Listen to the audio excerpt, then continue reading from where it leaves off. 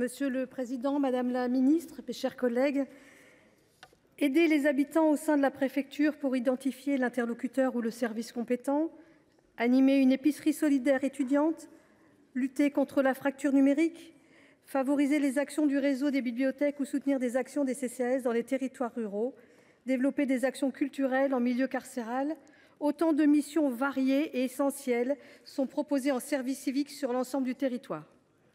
Je pense à ce moment aux équipes de la mission locale de Bourbourg-Gravelines-Rive-de-la-Haye et par extension à tous les encadrants, salariés ou bénévoles de tous ces jeunes à qui il faut rendre hommage. En encourageant nos jeunes à participer au service civique, nous contribuons à forger des citoyens engagés, conscients des enjeux de notre société et prêts à agir pour construire celle-ci ensemble.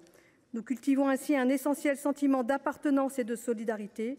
L'engagement permet également à de nombreux jeunes, parfois fermés et perdus, de s'ouvrir et de s'accomplir. Depuis sa création en 2010, le nombre de volontaires est en constante progression. En 2023, près de 150 000 jeunes ont contribué activement à faciliter et améliorer leur quotidien et celui des autres. C'est une année record. Si le service civique a fait ses preuves depuis sa création, son développement est conditionné à des efforts pour mieux faire connaître, reconnaître et valoriser cette forme d'engagement.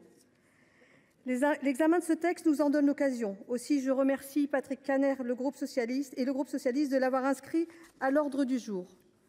Mieux faire connaître, d'une part. Sur ce point, madame la ministre, vous le savez, il est essentiel de mieux communiquer sur les objectifs remplis par cette forme d'engagement, sur les réussites. Mieux reconnaître et le valoriser, d'autre part. Le texte propose plusieurs avancées auxquelles nous souscrivons. Je pense notamment à la mesure visant à proposer une meilleure formation à ces jeunes, facilitant leur parcours étudiant. Le texte permet également aux anciens volontaires de participer au paiement de leurs frais scolaires en utilisant les droits acquis au cours de leur service civique. Ce sont des mesures de bon aloi. Je tiens à souligner l'ajout de la commission afin de donner la possibilité, sur demande du jeune, de participer à des missions de crise ou d'urgence non prévues dans sa mission d'origine. Cette avancée était attendue. Pour finir, madame la ministre, je tiens à saluer la création d'un service civique écologique. Je reprends vos mots.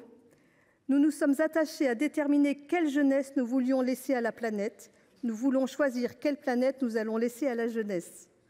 Le groupe Les Indépendants - République et Territoires souscrit aux objectifs de ce texte et restera attentif aux échanges au sein de l'hémicycle à son sujet. Je vous remercie.